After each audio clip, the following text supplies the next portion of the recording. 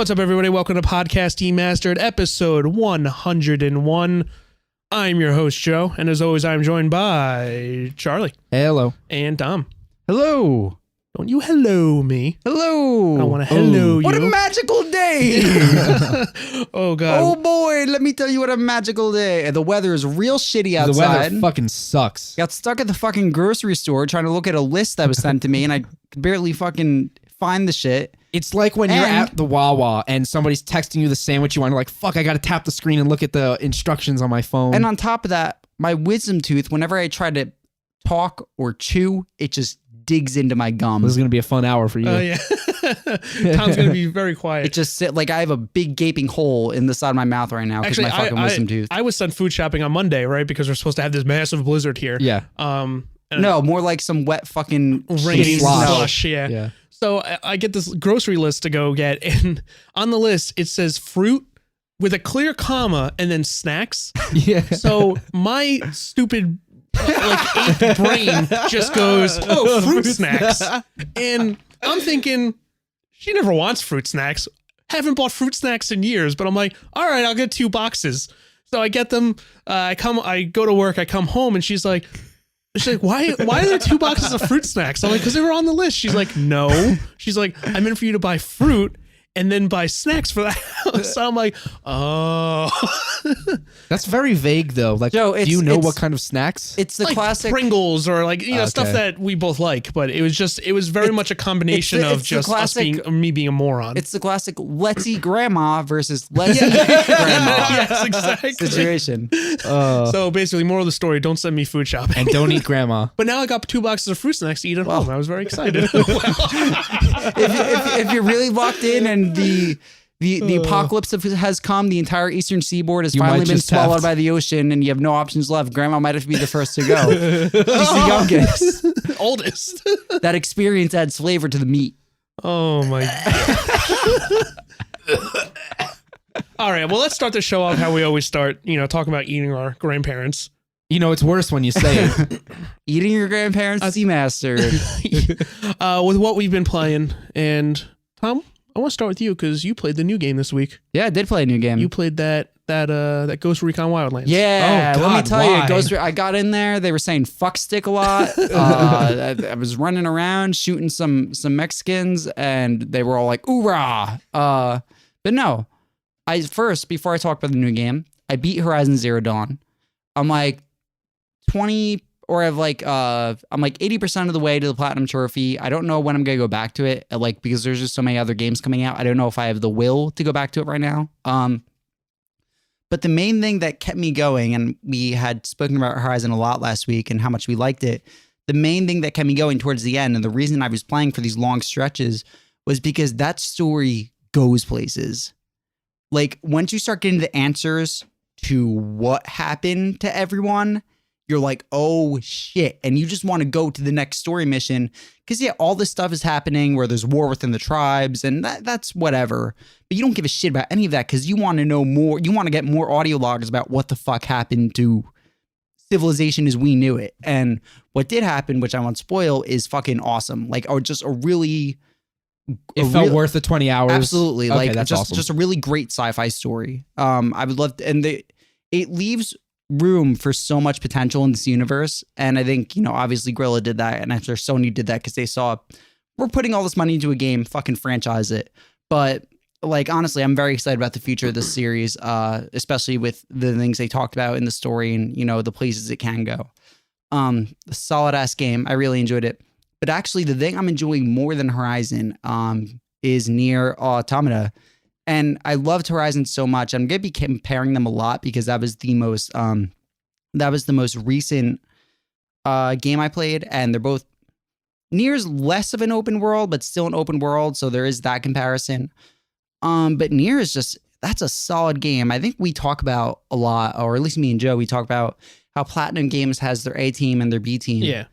I really think it's just, I don't think it comes down to what the teams are. I think it comes down to how much money and time they have to work with.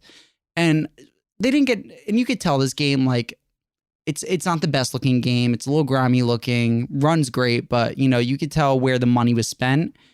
And that's what Platinum's always been great at, is spending money in the right places. And that shows where the game just feels extremely fluid to play. Runs at lock 60 almost like 80% of the time, 85% of the time. Sometimes it dips in certain locations. But when you combine that, because the thing with Platinum is they've always been really good with the gameplay department, hit or miss in the story. I don't really care for Metal Gear Rising story. It's dumb, it's goofy, it has some funny moments. Bayonetta, I'm not playing it for the story, it's there. I'm there for the over-the-top characters and the goofiness. With this, they had gotten, well, obviously it's Nier, so it's a Yoko Taro game, and the whole lore. So I did a deep dive. I watched several YouTube videos. The whole lore behind Drakengard and Nier Automata and the way these things connect is just deep. It is a deep rabbit hole, and I went down that rabbit hole. Like, people talk about Kingdom Hearts being fucking complex. This is like 1,000 times more complex than Kingdom Hearts, because not only do you have these games, but you have novels, stage plays. I was about to say, is there more than just the 2 games? Like, what is there? So there's Drakengard 1, 2, and 3. That was a series I never paid attention to, because like, why would I give a shit? Then there's Nier, which was another thing I didn't pay attention to. And then there was Nier Automata, which I paid attention to because of Platinum Games. Oh, okay. I didn't realize there was that much. Are these going like super generations back? Drakengard 1 and 2 were on PS2, 3 was on PS3, and then Nier was on PS3 360. Oh, wow. But basically, Nier is like, the first game takes place after one of the hidden endings of Drakengard 1. Huh. So it's almost like a sub-series, like a continuation. Yeah. It's so weird. And Automata, now that I know the story of Nier, there are ties to it, but not directly, right? Not directly, not extremely. It's mostly in the same way that you kind of see Drakengard and Nier tied together. Okay. You can absolutely go into this game with no prior knowledge. You don't need to do the fucking homework that I did on this fucking... It was fun, and Super Bunny Hop put up a great video. I just want to throw that out there on the subject. The thing I like so much about this game, and the reason it might be like my favorite game I played this year so far, is it's incredibly original. A lot of things about it just feel like no one else is doing this on... I mean, I guess it is a AAA game, even though, you know, it was, I'm sure they didn't have the biggest budget in the world. Like, in the AAA space, I feel like no one else is doing this. Even Final Fantasy 15, which is a game I really enjoyed, felt very westernized. This game is a Japanese game, and it fucking revels in the fact that it's a Japanese game. Like, there are some anime-ass moments, but the things it does story-wise are good. And the thing I think you don't expect from this game is that it's incredibly well written. It's very smart. A lot of Nier, the first game, kind of reveled in poking fun and being a satire of the kind of JRPG landscape and anime, and like it was kind of a satire of that, where you have one character who runs around in her undies, and she's basically just meant to be making fun of all these fucking dumb magical girl characters. Yeah. This game does something similar with the main character 2B, who wears like a very short skirt, and you can see her thong hanging out all the time. But at the same time, like, she does not have the personality that would go along with that. And there are just a lot of other things like that where you can see what he's going for. It takes itself seriously. Sometimes you can't tell if it's taking itself seriously, if it's being satirical, but it kind of feels like the South Park of Japanese games. And Yoko Taro almost feels like Matt and Trey in that sense. And the interesting things he's doing. I think it's really cool that this game like kind of ties it. So you are an android, 2B and 9S, your two characters, they are both androids. And the game ties all the UI stuff around that. So the way you level up, because it is an RPG, more so than a Platinum action game, it's an RPG. There are levels and there are side quests and stuff of that nature. But so it's all tied to the fact that you're an android, and basically like instead of leveling up and getting, you know, experience points to put into skills, you basically go to vendors and you buy plug-in chips. And because you're an android, you have like all these things you can plug things into.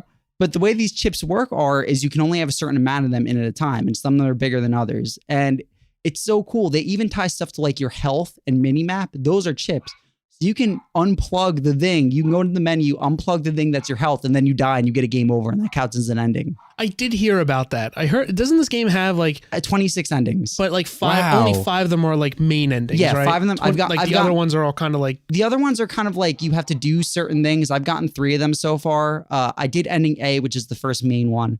And then the other 2 I got, which was like H and W, were because I got ending H because you die, or I died in the first opening segment, and that first segment is the demo. Yeah. I died there, and because you have to, there's no autosave, you have to manually save all the time, and you can only do it at save points. When I died there, it basically said, "Oh, this character died, and the machines took over the Earth." And then when I got what was known as ending W, basically I got that because I was in the middle of like doing quests and stuff, and I accidentally started the next main quest, and I was like, "Fuck." An event had happened, so I wanted to go back and got something I missed before I went over, but because I ran too far away from the objective, it said, "You abandoned the city fell, ending W." Oh, that's weird. So there are all these crazy little things you can do that you don't even realize to get these different endings. I'm not a crazy person. I'm not going to try to get all 26 of these goddamn endings, mainly just the 5 main ones. And I have a guide, like I took a picture on my phone of how to do it. But yeah, basically like when you make the direct comparison to Horizon, and they're such different games, you notice how much Horizon is stuck. I think you notice like a core difference between Japanese and Western game design, where Horizon is stuck very much within its Western RPG tropes. Not that's a bad thing, you know, that's the environment it was made in. But it is very much like you have all these waypoints everywhere. You have these constant like little blips and marks on the map, and the story is told to you in a very direct, straightforward way. With Nier, it just feels so weird to have this game that's trying all these new things and have it be a AAA game. And I'm sure it's not going to sell bonkers. I'm sure it's not going to light the world on fire. Maybe it'll surprise us. It'll be like number 10 on MPD or something. But I'm just glad that Yoko Taro got to make another one of these games. And it's made me really interested in the rest of this series. If there's ever a convenient way to do it, I would love to try the first Nier game. Yeah. Well, I know. I mean, it could possibly go on. Was it on 360? Yeah, it was on 360. I mean, you have a chance of it going backwards compatible at least. Yeah. So there's that option there. Or if it somehow does sell well, they could maybe justify an HD remaster. I don't know. Yeah, something like that. But it's a really cool and unique game. And I just want to mention something really quick. Before I was talking about the characters and the writing, I feel like I didn't get to expand on that. Like, it's a great, like, on that perspective, like, it's actually pretty great. The voice acting is all very good, which is funny when you compare that directly to Final Fantasy 15, which I didn't think the voice acting was bad, but it sounded like they were all recorded in a different room and not talking together. Yeah. Whereas the banter between 2B, like it and 9S, it sounds natural. It sounds like these characters recorded together and they were talking together. And I feel like it doesn't suffer from any like rough translation things where there are weird pauses or anything like that. Like the voice acting and the writing almost doesn't feel like it's come from a Japanese game, because we're so used to a certain level of jank that's due to localization and translation. Yeah. But yeah, I'm fucking enjoying the hell out of this game. I almost like, I'm maybe rushing through it a little bit now because I would like to do the 5 main endings before Mass Effect comes out. Yeah. I'm like 20 hours in now, and I'm almost just about to get ending B. Mass Effect is next Tuesday, right? Yeah, Mass Effect comes out next Tuesday. It's the 21st. Yeah, man. A lot of fucking video games, man. One might say a bit too many video games, but this has been telegraphed for the past few years, I think. Yeah. I think now we're at the point now where the beginning of the year has taken over the holiday spot. It's not even the fact that that we have too many games. It's the fact that each week it seems to be that they're all coming out and they're all very good. Yes. Yeah. Like, I think that's the because I feel like we've had this kind of constant release the past few years, but none have been at the highest quality that it's been at since. Yeah. Now since Resident Evil 7 probably released, I feel like every week or at least every other week there's been something that has been viewed extremely positive. So I mean, but like within the next like 2 weeks or 3 weeks, you have Mass Effect, Kingdom Hearts, and Persona. Yeah, I think those are the next 3. Ooh, that's weird. Nier is one of those games. Watch Persona get delayed again. Yeah, I mean, for a while you were saying you were expecting Mass Effect, and it's somehow coming out. That game's coming out. Maybe it should for better or worse. Coming in hot. And Nier I put on my Steam wish list. Like it's one of those I'm gonna look at as the like a Steam sale later on in the year. I'd say definitely go into it with a very open mind. Yeah, I know. I've seen some of the gameplay, and like I know I was texting the chat like, oh, it doesn't interest me, but like there's parts of it that do really grab my attention, and there's other parts that aren't. So. Like, wait, I almost forgot to mention the most impressive thing about this game. The soundtrack is godlike. I mean, I'm going to use a shit ton of hyperbole now. One of the best soundtracks I've ever heard in a video game. It uses, I don't know her name, but she did the soundtrack for the first game. and it uses a lot of string and wind instruments. It uses a lot of vocals. It uses a choir of children at certain points. It's fucking In the horror segment, I'm assuming. No, just in these, just in certain segments. The music changes dynamically. So if you just beat a side quest that kind of had an emotional ending, the music will change to reflect that. But it's not like, oh, we put this together because I had to be sad. Like, this is a full, like, beautiful fucking song you put together that you're only going to hear if you did this side quest. That's really awesome. Fucking incredible. That's the cool shit.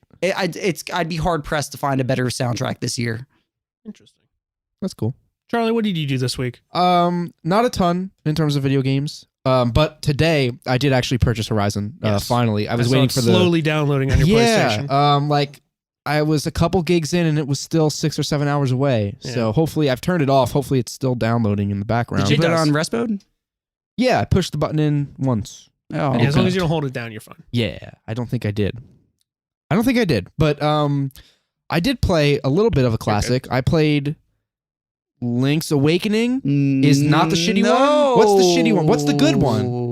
What's the good one? Link's Adventure? Link to the Past. Link to the Past. That's the To be Super fair, Nintendo they're one. all good ones except for Link's Adventure. I don't know why I keep wanting to say that one. I barely looked at the card. I could barely get the game to work. First of all, it was Blowing was that cartridge. blew on the cartridge. You take a cotton swab with some alcohol, rub it in there. I kind of just peed on the cotton swab that'll do it. and then I swiped it on the the natural oils. all the oils. clean it I out. don't think that's how you guys are supposed to do it. Yeah, but- no, I don't know, Joe. I think that's right. So it was between that and Yoshi's World because I had my friend who has Wait, Yoshi's Island or Yoshi's World? the first Super Nintendo Yoshi's Island. Yoshi's Island. See, I fucking don't know. Your friend has a And, fucking great collection of Super Nintendo games, So by like the way. they have the Super Nintendo and they have these awesome like they look like you'd had to have bought them in the early 90s and they're basically N64 themed like wood boxes that you pull the That's thing fucking out cool. and it's like you just put your games in it. And so they have like they kept everything. They have That's so everything. fucking cool. And this is where I'm always playing these games at. And so he's just trying to get me to play, anything old. I don't know why, but they're fucking great games. So I played like 25 or 30 minutes of Link to the Past. Link to the Past. I have to call because I'm going to say Did you get out of the sewer? no, I didn't even get Zelda to the old guy Oh shit. Okay. because they have a little pup, Yeah. a little dachshund, and Pups are notorious for pups are ruining video notorious games. for like one hair off the tail of the pup hit the Super Nintendo and the screen went black. Oh, man. That was after 5 minutes of trying to get that thing to work. And then so I sat there disappointed for like 5 or 10 minutes. And then I gathered my strength together. And then I did the same thing for Yoshi's Island. And that game is awesome. Yeah, Yoshi's Island's a good Did ass they video have game. a Game Boy? I mean, of course they did. But I think there was a GBA port of that. because I remember that look and like the question mark clouds and having to hit Yeah. them with an egg. I remember doing that all the time, but I can't remember what game I had played. Yeah, there was a GBA port of that game. And yeah, I think it was something on Game Boy Advance, but man, if I had the time or, whatever, I'd love to play through those games. It's funny. There have been like dozen or like at least 6 or 7 Yoshi games since that one, and none of them have been as good as Yoshi's Island. That's funny. Yeah, Yoshi's Island. But yeah, so I plan on playing plenty of Horizon today and maybe the next day or two, and then I'll eventually hit that point where I feel really, really guilty, like I shouldn't have spent this much time playing it, and then I'll finish up doing schoolwork and shit. But I honestly, I wasn't sure if I wanted to buy Horizon because Mass Effect is coming out so soon. I'd say maybe so- maybe wait and see with Mass Effect. Well, I mean, I already bought it. Like, I just fucking, I bought you I bought pre-ordered it? Horizon. No, not Mass Effect. I Oh, bought okay, okay. Horizons, but I caught like 15. Me and Joe caught like 15 minutes of the Giant Bomb stream, and if I had to base it off that, maybe not. It's 'Cause funny. it kinda looks a a lot little of things funky. I've heard because I've heard so many mixed previews from the people who talk about how they liked Mass Effect a lot. They said it's fine. They didn't have a problem with it. It felt very Mass Effect to them. And a lot of the previews that came from people who didn't play a lot of Mass Effect or didn't play it at all didn't like it. Huh? That's interesting. Interesting. Yeah. So I think that's really been it for me on video games. Okay. Well, I'm excited for this weekend because I do the EA Access thing. Mhm. So I'm going to have access to the 10 hours. You're gonna have of, EA access. Yes, EA access to Mass Effect. I think starting Friday. Most nefarious of access. So I'll talk about it next week. What I played, and as of right now, I don't plan on picking it up. There's still a lot I want to do on my Switch right now, and Is there? Yeah, no, well, yeah, I'll get into it, but Is there really? So has your PC gotten any action amongst the Switch? yeah, Rocket League. Playing a lot. Okay. Yeah, I mean, playing a lot of Rocket League. What about trust when me. the Rocket League Switch port comes out? If they do that, one, I would buy it immediately. Like, course you would. don't even think I wouldn't. And yeah, I'd play it a lot. But The exclusive Mario theme car. oh my god, tough. But you had to pay $20 for it, Pay what, $20 for the game? plus $20 for the Mario Kart cart. No, but most of that money would go back to Psyonix, right? No, all of it would go to Nintendo. That doesn't make any sense. No, it does make sense because doesn't make any Nintendo sense. deserves every cent of everything you see on the screen.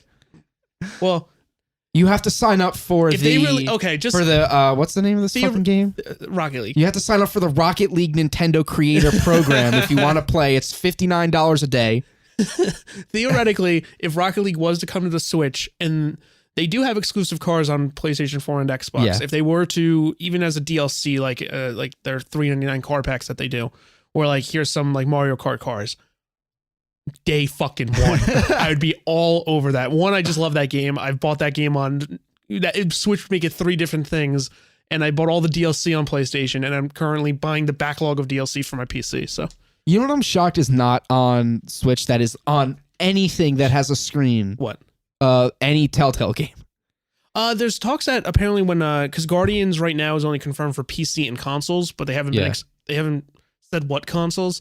And if you remember one of the a lot of the rumors we were talking about, Guardians was brought up as being a Switch game. Okay. When it's out. I don't see why they wouldn't. No, exactly, yeah. I think because now this is like the first. I mean, Wii U could probably run Telltale games, but I feel like this is the first one that could probably actually run them. Yeah. I mean, 360 could run them, especially like the handheld, like portability version of it. Like Exactly, that's not like yeah. all touchscry on your phone.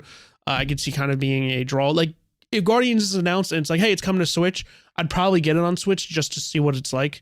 Because I know the PC version is clearly going to be the better one, but just to see what that portability is like and see how it runs on the Switch, just to see what future seasons. I've been in a Telltale mood, but I don't know if I have it in me to start Game of Thrones again. I think I might just go to Batman. Either go to Batman or Walking Dead. Have you played? You've played The Walking Dead's, right? Season 1, season 2. I haven't even tried. Oh, started man, it. I haven't even started 3. I totally Episode forgot about 3 that. comes out March 28th. Finally, after That might be 3 a good fucking time. months. Yeah. Anyways, so yeah, no, I've been playing a lot on my Switch. Before I get into Zelda, my final thoughts on Zelda. Played a lot more Shovel Knight. That game is incredibly hard. Yeah. But like really satisfying when you start figuring out like the Feels platformings and the platforming and like the puzzles, and not the puzzles, but like the boss fights and like those extra bonus stages that are just sometimes just brutally fucking difficult. Did you get the shovel bounce? What do you mean the shovel bounce? Where when you jump, you hold down, he bounces on the shovel? Yeah. Well, that's not something you get. You just have it from the beginning. Oh, yeah, I forgot. Yeah. That's a fun mechanic. Yeah. One, also, like, the thing I'm going to keep saying with this is, like, on that small, like, that 6.2 inch screen, like, whatever it is on the Switch, like, games just look fucking really good, especially Shovel Knight. Shovel Knight, that whatever type of art they're using, like, Pixel art, it just looks fucking stunning to look at. The other game I got, so this only happened because we were supposed to get this big blizzard here in the Northeast. Everyone started talking it up. It was being talked about for like a week in advance. So I beat Zelda. Shovel Knight's a game where I can't play too much of it at one time because I get extremely frustrated. I'm like, I want to play something else. I got a little extra money. I'm like, you know what? And I also was able to merge my 3DS account. So I got $10. Nice. I had $10 sitting on my 3DS apparently. Okay. That I didn't know was there. So that was a nice little surprise. So I actually ended up buying Monday night to prepare for the winter storm that we were supposed to get, expecting to be home snowed in. I bought I Am Setsuna because I'm like, all right, I'll jump in. I can jump in, start the next day. So I buy it, wake up the next morning. It's only raining, and I end up going to work, and I'm like, well, this is just fucking massively disappointing. So I didn't get to play a lot of I Am Setsuna. I got to I'm bringing Setsuna herself to, because you played it, right? You bring her back to the village? No, we got on the ship to leave the village. Oh, okay. And we crash landed, and I'm just now exploring. I've just met the this magic guy. I can't remember his name, but he's basically now I can start selling stuff to merchants. Oh, and, that guy. vendors. Okay, I know where you're talking so I'm about. still very early on, but it feels like a very how do I say this? Like, I don't mean to sound this insulting. It feels like a very like my first JRPG feeling type thing. I mean, it's like it's cooked in like classic JRPG like kind of terminology and like ideas. So it kind of makes sense to feel like that. Like in a lot of ways, even the Super Nintendo Final Fantasy games feel like that. Yeah. So like I'm enjoying. I am actually enjoying it. I'm a little disappointed that my plan was to spend Tuesday actually playing this game, and then it just kind of all shit to bed. And so I've been jumping around. And, I'm curious if you get kind of bored and burnt out on the game like I did. Okay. How long is the game? Do you know how long it's supposed to be? I don't. I want to say I stopped playing at around 15 hours. Okay. I've heard maybe it's 30. Okay. So I maybe hit like the halfway point. I was assuming it wasn't like extremely like super long, but I wasn't expecting like a 10 like a South Park RPG where it was like 10 to 12 hours. But it's a nice game. It just feels too safe. Okay. Yeah. No, I'm gonna be interested to keep playing. I'm gonna start playing it more as I start finishing up Zelda. Which, Jesus Christ, Zelda. Yeah. I talked a lot about it last week. I hear that game's pretty good. Yeah, I re-listened to like what I talked about to try and so I'm not like, just repeating myself. That is hands down one of the best games that I will play this year, like guaranteed. It is. I don't like to get like. I like to give games time. Like when are you crying right now, Joe? No. I think I see a tear. I like to give games time. It looks time, a lot like Shigeru Miyamoto. Like when I played The Witness, like I had this feeling like The Witness would be one of my favorite games of all time, and like as it went on, like it definitely has a spot on that list for me. Same thing with Resident Evil, like the original. Like when I played Resident Evil remake, I could tell like that game, but like I like to give them a little bit of time to see like what I feel like later on. But like there's something really special about this game, and it's weird when you just play like in a 20-minute chunk. I feel like you don't see why people keep saying this about this game in particular. Like go watch like the Donkey video. Did you guys see that? I watched that, and I watched a lot of montages, and again it's the idea that I was talking about in the group chat where it's the idea of it feels like the first true open world game in a while where if you think you could do something, you can actually do it. Like I was watching this Donkey video, and you could look it up on YouTube, and it's basically him just like shit, like fucking around in the world. And he did like half that stuff I didn't even know you could do. Yeah. And it's just because I was not clever enough to think of those situations in that time. And like when I watched that, I'm like, and I guarantee like there's some stuff I was reading about online and stuff I saw in like videos like that where I know I never saw and probably won't see like in my playthrough. But I can guarantee there's stuff that I've seen and done that they will never see. Like I think I talked about it last week where I walked up the hill and there was just these circle of flowers. Yeah. And like the girl was yelling at me not to touch the flowers and then the one guy had a crush on the girl that wasn't like that. Everyone is very, by the way, very, very horny in Zelda Breath of the Wild to an alarming rate. What by the way. What about Ganon? Is Ganon horny? Is Ganon overly sexual? No, surprisingly not. Okay, I thought that was gonna be an interesting final boss fight. Yeah, so tame the beast. It's one of those games I feel like you should go in knowing like as little as possible about this game. Because I truly do feel it is something it's hard. The less you know about it going in, I think the more surprised you can be. It's hard, man, because like I'm surprised you don't know how this game ends. No, I know. I did not spoil that for myself. I want to play this game so bad that it is actively pushing up my plans to buy Switch like closer and closer than I expected it like to. If you see one, yes, I'm buying. Essentially, I'm in that boat right now. But man, it's been hard. Like I've seen montages and everything about this game just sounds great, and I've stayed away from the story stuff. But I feel like I'm almost, because of everything I've heard and seen, I'm almost hyping this game up to an unrealistic extent in my head. Yeah, and I wonder like how that will ultimately affect how you feel about it. Like I think if you're having that much fun with Nier because it feels different than a Western RPG, I feel like you're gonna have that same moment with Zelda. And like one of my favorite things, I probably talked about this last week, but I want to say it again because I think it is a really important thing about this game is the fact that yes, the game has towers, but when you climb the towers, it doesn't populate the entire map with like shit for you to do. It doesn't tell you where the temples are. It doesn't tell you where to go find those Karaku seeds or whatever. Like it doesn't tell you where towns are or stables are or like where you're where like anything you could possibly pick up is. You get on the tower and you basically search the world yourself, and you could see the towns, you could see the stables, you could see the shrines or whatever, like a point that looks in that might be hiding something in some way. And like to me, that's like what makes this game feel so good and so different compared to anything that like as Tom was saying before, a Western RPG pumps out. Like, not that doesn't make Western RPGs bad in any way. So, it just makes this one feel good because it feels different. So would you say that it feels like an RPG? Because historically, Zelda's never really been an RPG. It's been a puzzle action game. I mean, it's not like it doesn't have like RPG leveling up system. Yeah. I mean, when I'm comparing it to that, I mean more of like the structure of the world more than anything else. Like I'm thinking more of like Far Cry, because that's the one. The one I play, and I do. Obviously, I love the Far Cry games.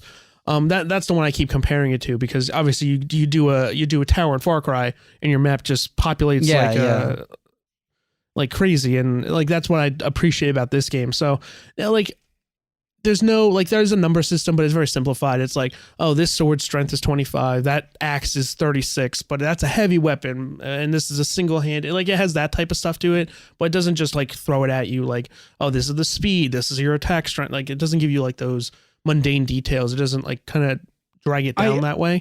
I think what seems interesting is that when Skyward Sword was coming out and they were hyping up Skyward Sword, they said they went into that game with the idea of the overworld being its own puzzle, not just the dungeons being a puzzle. And the idea felt half-assed, where there was like a traditional 3D Zelda game. To that point, there was one way to solve the puzzle, one way to do it. Mm-hmm. It kind of feels like the idea of the overworld, or in this case, the open world being a puzzle, feels like it's really kind of cashed in with Breath of the Wild, where from what I've seen, like, it does look like you were finding small puzzle solutions everywhere to everyday problems, and there are multiple solutions. So one of my favorite things about kind of reaching what I'm calling like the end game now to Zelda, because I have beaten it, and it does. When I beat it, I was kind of like wondering like, oh, how are the monsters gonna still be there and everything, because everything's connected to Ganon, and it sets you back the save right before you basically enter the final fight. So that's kind of how it does it. But what I'm finding now is one of the things I've almost found all the shrines. I found about 90 something. I completed about 96 or 97 without looking up where any of the locations were. And from there, I knew where like 10 to 12 other ones were. Like, I had them marked on my map. And now I'm finding the shrines where, like, my last few shrines are, you have to complete a puzzle in the world to even access the shrine. Fucking cool. Like, I'll give one for example. I won't say where it is or anything, but and it's all from side quests. Like, you go to this one town, these kids, and you can tell someone has a side quest for you when you see their speech bubble pop up above their head. And after what they say, you can kind of see like a little red dot. It's like, all right, that means that person. And sometimes it doesn't lead to shrine. Sometimes it's like, hey, can you go kill this giant or some, stuff like that. And you get rupees everyday or problems. you get rupees or some Can you kill reward this for giant? it. But every once in a while, they will unlock a shrine quest. And these kids like sing you this song, and from the song you have to like, you go into your quest log and it has the lyrics to the song, and it's like, all right, well, they mentioned this place. All right, that's a waterfall over there. So you go to the waterfall, you see the shrine like stand, and you're like, well, now what do I do? And the puzzle is you got to use the weapon that you get for completing a certain area and swim up the waterfall. And then as you're coming down, like almost like Iron Man pose, land on it with the weapon. So you're like ground striking it, and then that pops up the shrine. And it's like small, like it's nothing like too elaborate for these like puzzles. Anybody could kind of figure that out. Yeah. Right. Well, I mean, from looking or did you think about that for a while? Well, the weapon's name is used in the rhyme. Okay. Like, it took me like 10, 15 minutes put it to all figure together. out. Yeah. Because the weapon's name is used in the rhyme, and then I didn't have the weapon, but it's like, because all your weapons break eventually in the game with the durability thing and everything. Yes. But I remember getting it, so I went to the blacksmith, and he's able to recreate it for you. Yes. So that's how I ended up getting it. And then it took me a little to figure out. So I started like hitting it at first. I was just hitting the platform. I was jumping and landing on it.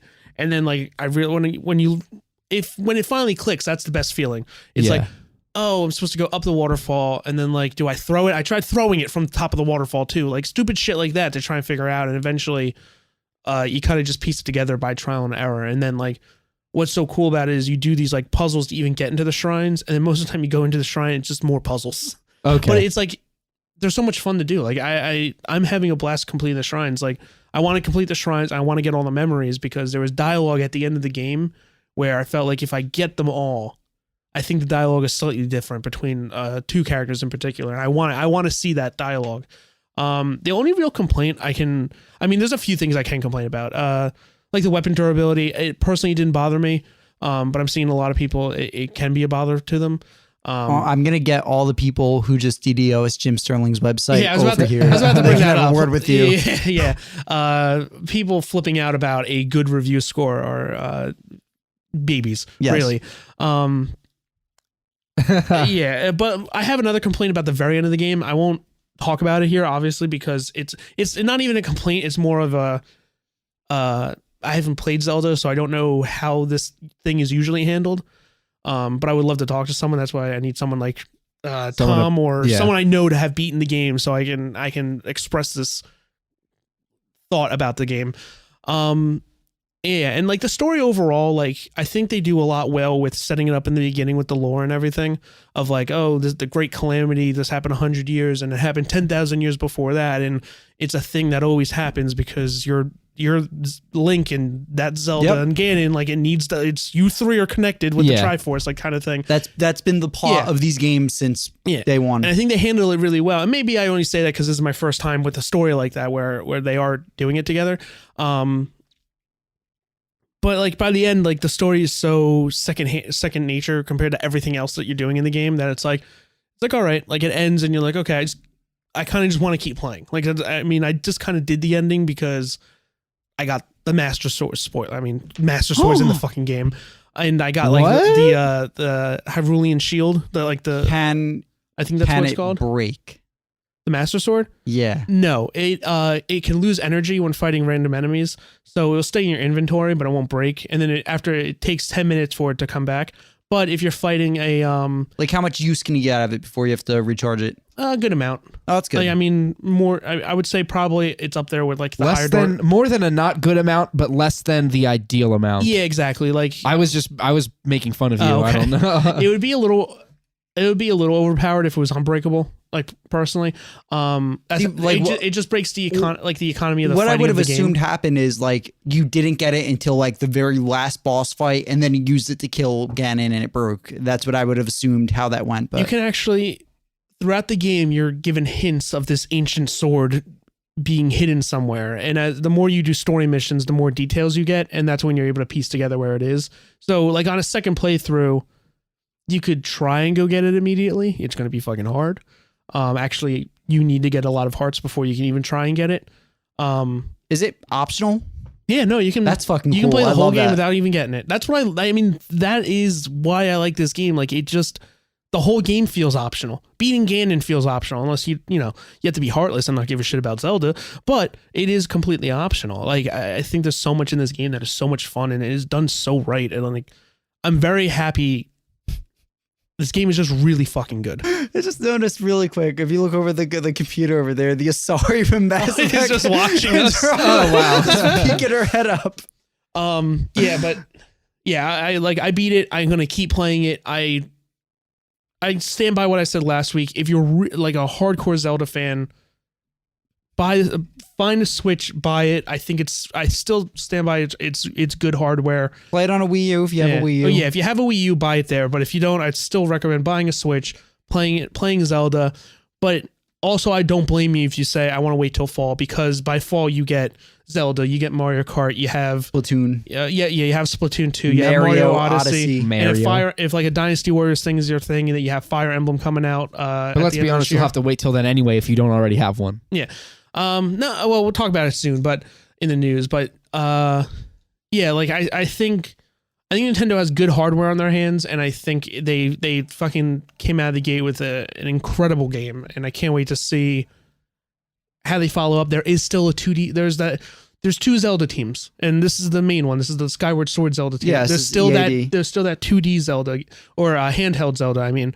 So there's a possibility that we are getting another Zelda game relatively soon. It would be really cool to see what they do. The last handheld Zelda I played was Link Between Worlds, which is fucking great.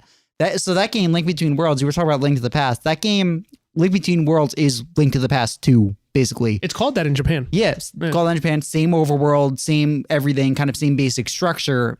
Game is fucking phenomenal. I didn't play a ton of games on my 3DS, like in the time that like I've had it and the different ones I've had, but that's by far the best one I played. Yeah, so Zelda. Be very really interested to see what they can do. Let's take a little break. We'll come back with the news. Then we'll wrap this bitch up. Hey guys, it's your host Joe. Thanks for checking out the show this week. If you haven't already, head over to iTunes and subscribe to the show. We love to hear from you. Send an email to podcastdemastered@gmail.com with any comments or questions. We may even discuss your email live on the show. To stay up to date, follow us on Twitter @DmasterCast. For our live streams, you can go to twitch.tv/podcastdemastered. And lastly, our video content can be found at youtube.com/podcastdemasteredshow. Now, let's get back to the show. All right, we're back.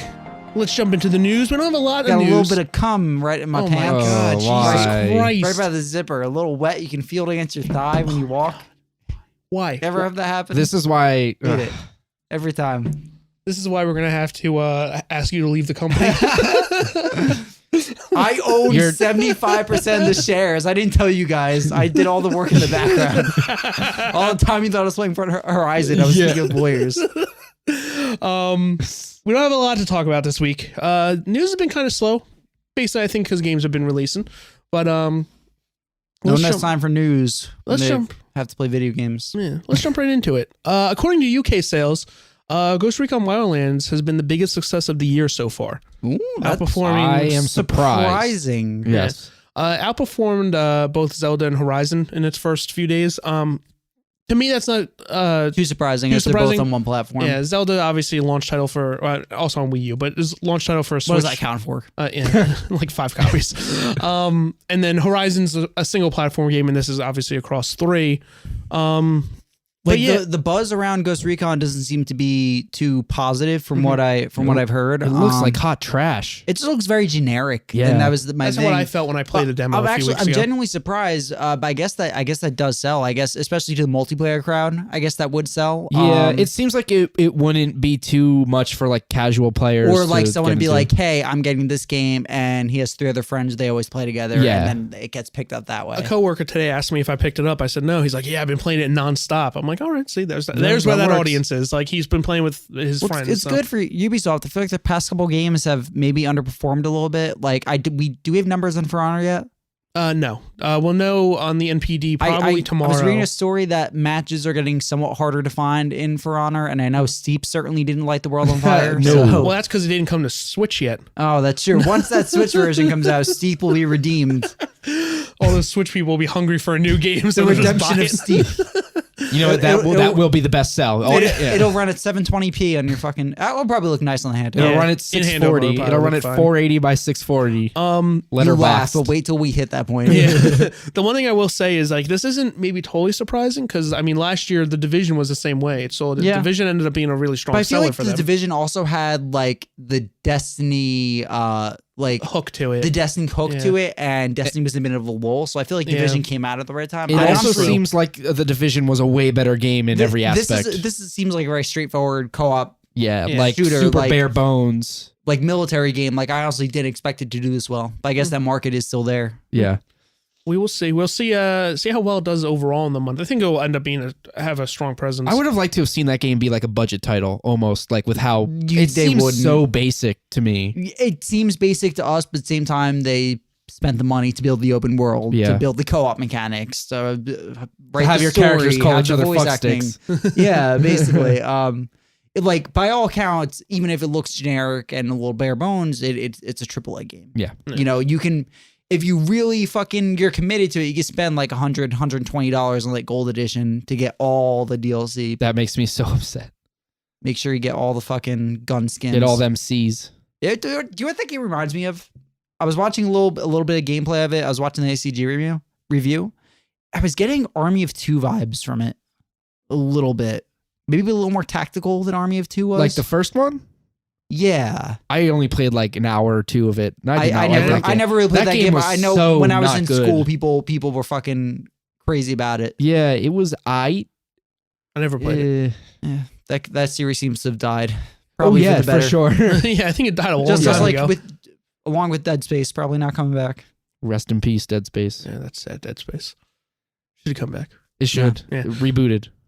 Other strong sales. Nintendo Switch has a Switch. The Nintendo Switch has reached 1.5 million in sales in its first week. So that's counting Official more lifetime sales than the Wii U. Yeah. That's actually pretty fucking good when their goal was 2 million. Their goal is 2 million by the end of March because that's the end of their fiscal year, and that's been the goal they've been saying for a while now. And this is only these numbers came out I think yesterday, and this is only from Friday to Friday. Who's buying these Switches? There are none.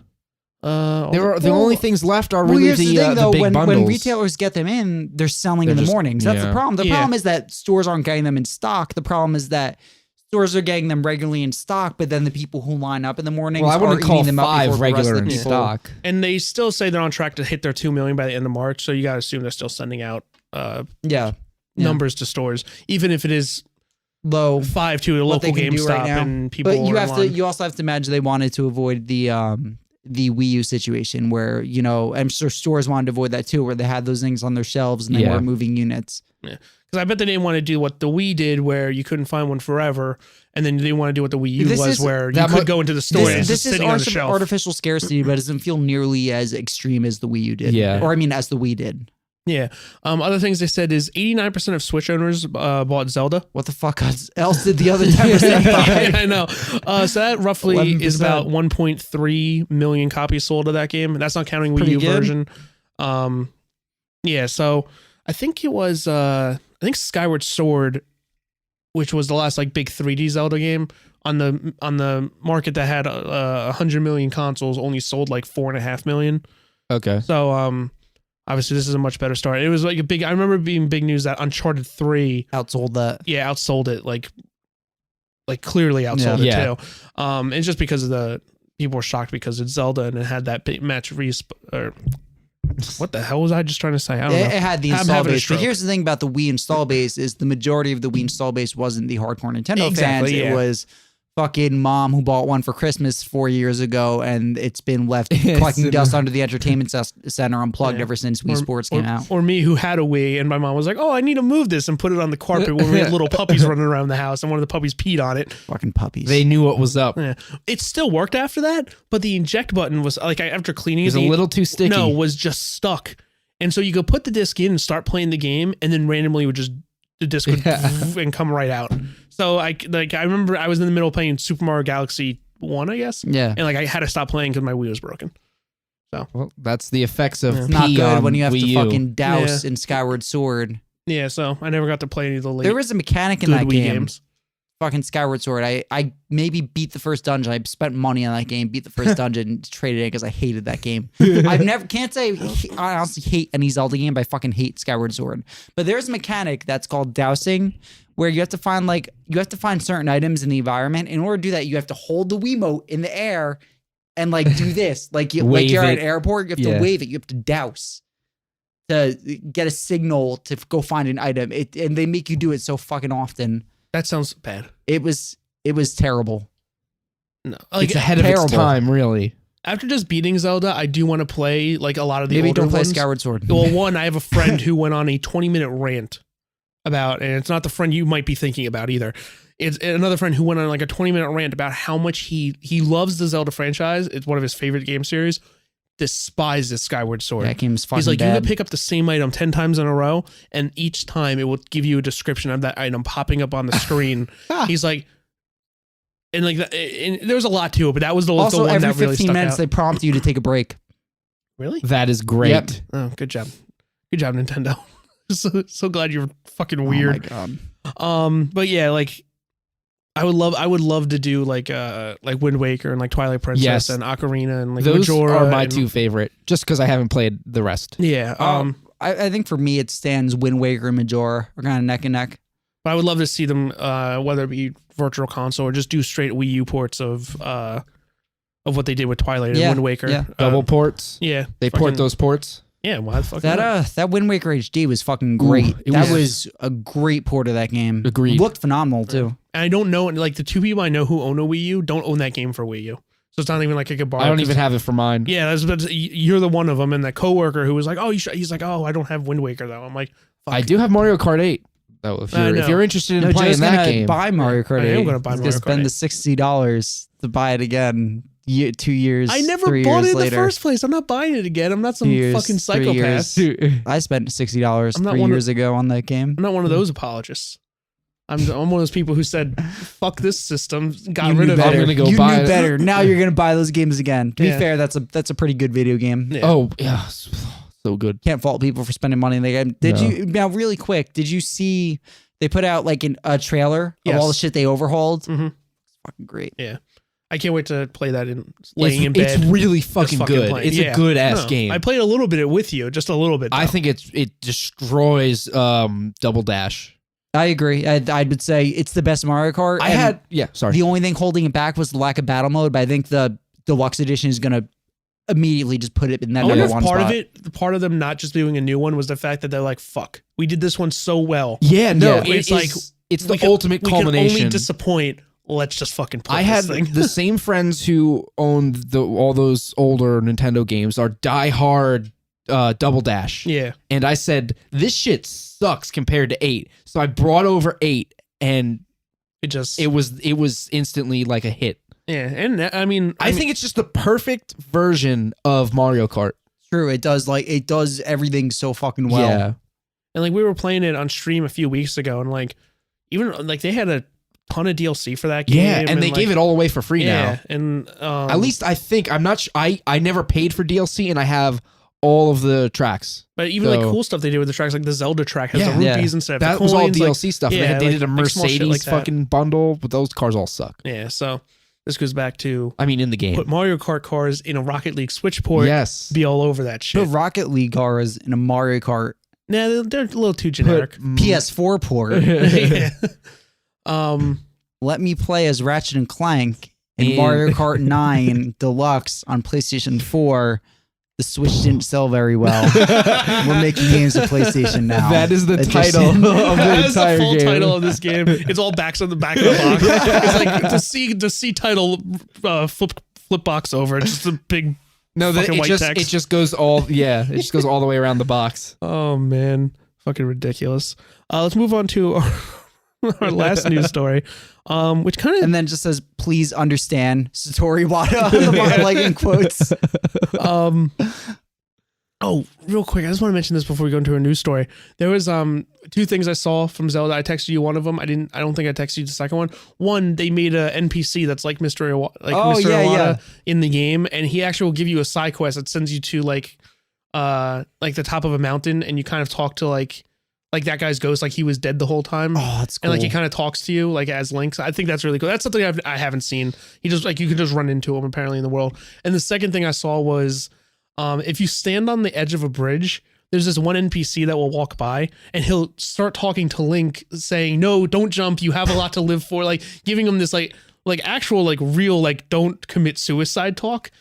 And then you know, if you back down, he goes like, "Thank you. You know, you can live your full life. Like, don't think this is the worst part. It can get better and stuff. But you can also just jump off." And he thinks he failed. Oh, no. You can run into him again later. Oh, and my he'll God. see you on the bridge again and be like, "I'm not falling for it this time. You go jump."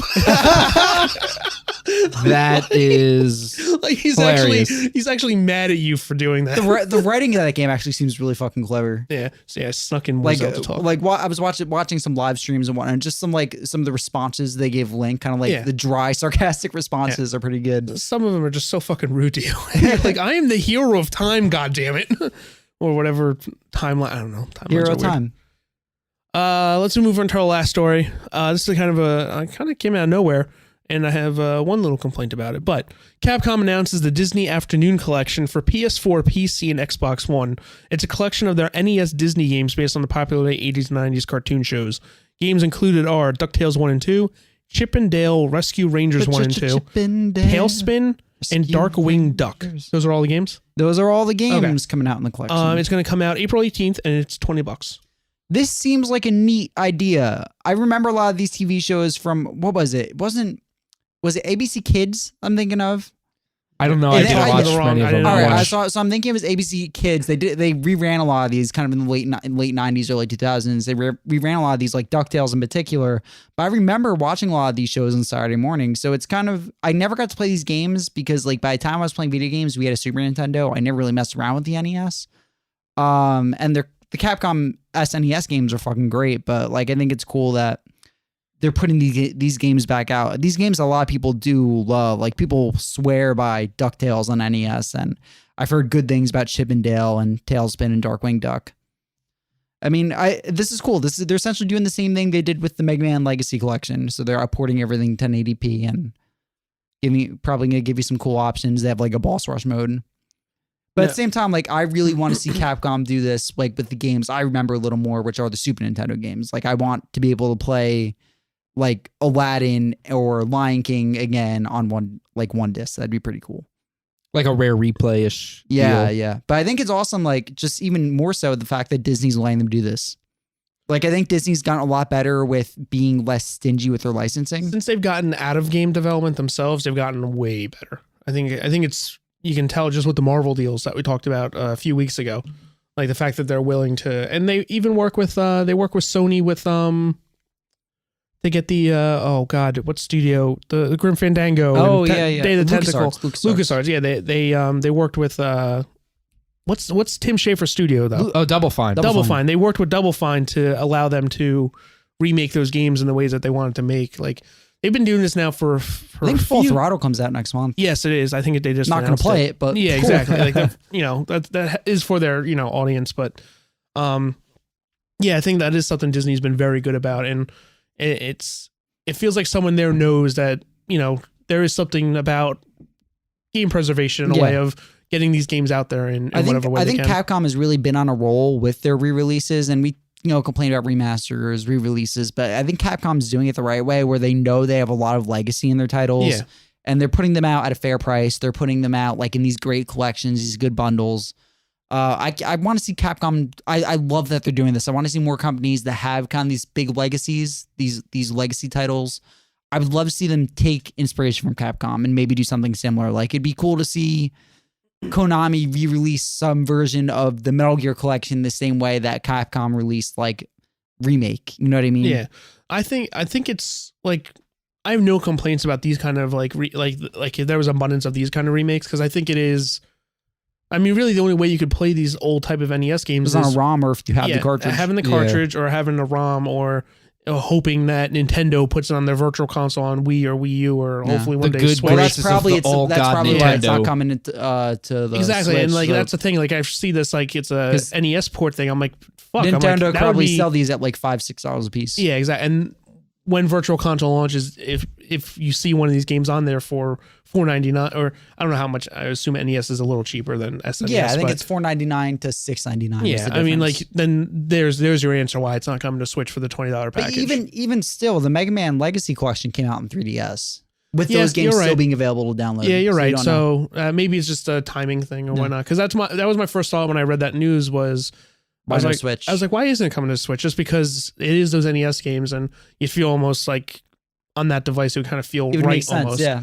But yeah, it'd be interesting to see if it comes later or if it comes like when Virtual Console comes out. But yeah, when I said I have one complaint, that was kind of it of why isn't there a Switch thing? Yeah. I mean, I get you. Like you said, it would make sense on that system. Yeah. Be a good place to replay those games. Yeah. This was kind of a last minute together show, so we don't have any like actual topic of the week. Be grateful. You would have gotten nothing this week. Yeah, we were actually going to skip this week because of scheduling conflicts and everything. And then, Tom texted us to bug us about, wanting to get together or some garbage like that. So. What are we going to do? We're going to sit at home with our fucking hands on our dicks and fucking play video games? This whole time, I could have been sitting there waiting for Horizon to download. Staring at the timer. So basically I was going to wrap up this week. That's fine. I'll let it go. Yeah. So we will have a show again next Wednesday. This isn't going up later. You're going to try and I'm going to try to get this up today. Okay. So that has nothing to do with the listeners. Ballsy. So that we will have an episode up this Wednesday. We will have a show up next week. I will have played a few hours of Mass Effect, which I'm very excited about. Are you? The fact that I just get to play without having to pay for it. Yeah, that's pretty cool. Joe. Yeah. As someone who paid money for that pre-order, you better be fucking positive, or else I'm gonna DDoS your house. Oh man, but we'll be back next week with whatever. I'm just gonna say it again. Usually Mondays we do a stream, twitch.tv/podcastingmastered. You can always tweet at us at dmastercast. I like when you guys tweet at us. I like it too. Yeah, I like it. Or you can email us longer questions or comments about the show to podcastingmastered@gmail.com. I'm your host, Joe. Thank you, Charlie. I'm your host, Tom. I'm your host, Joe. No, you guys. I'm your host, Tom. You guys are Charlie. assistants to the host of Podcasting Dan. Mastered. No, Dan's dead to I'm us. your host, Charlie. I'm your host, Dan. All right, goodbye. I'm your host, Nate.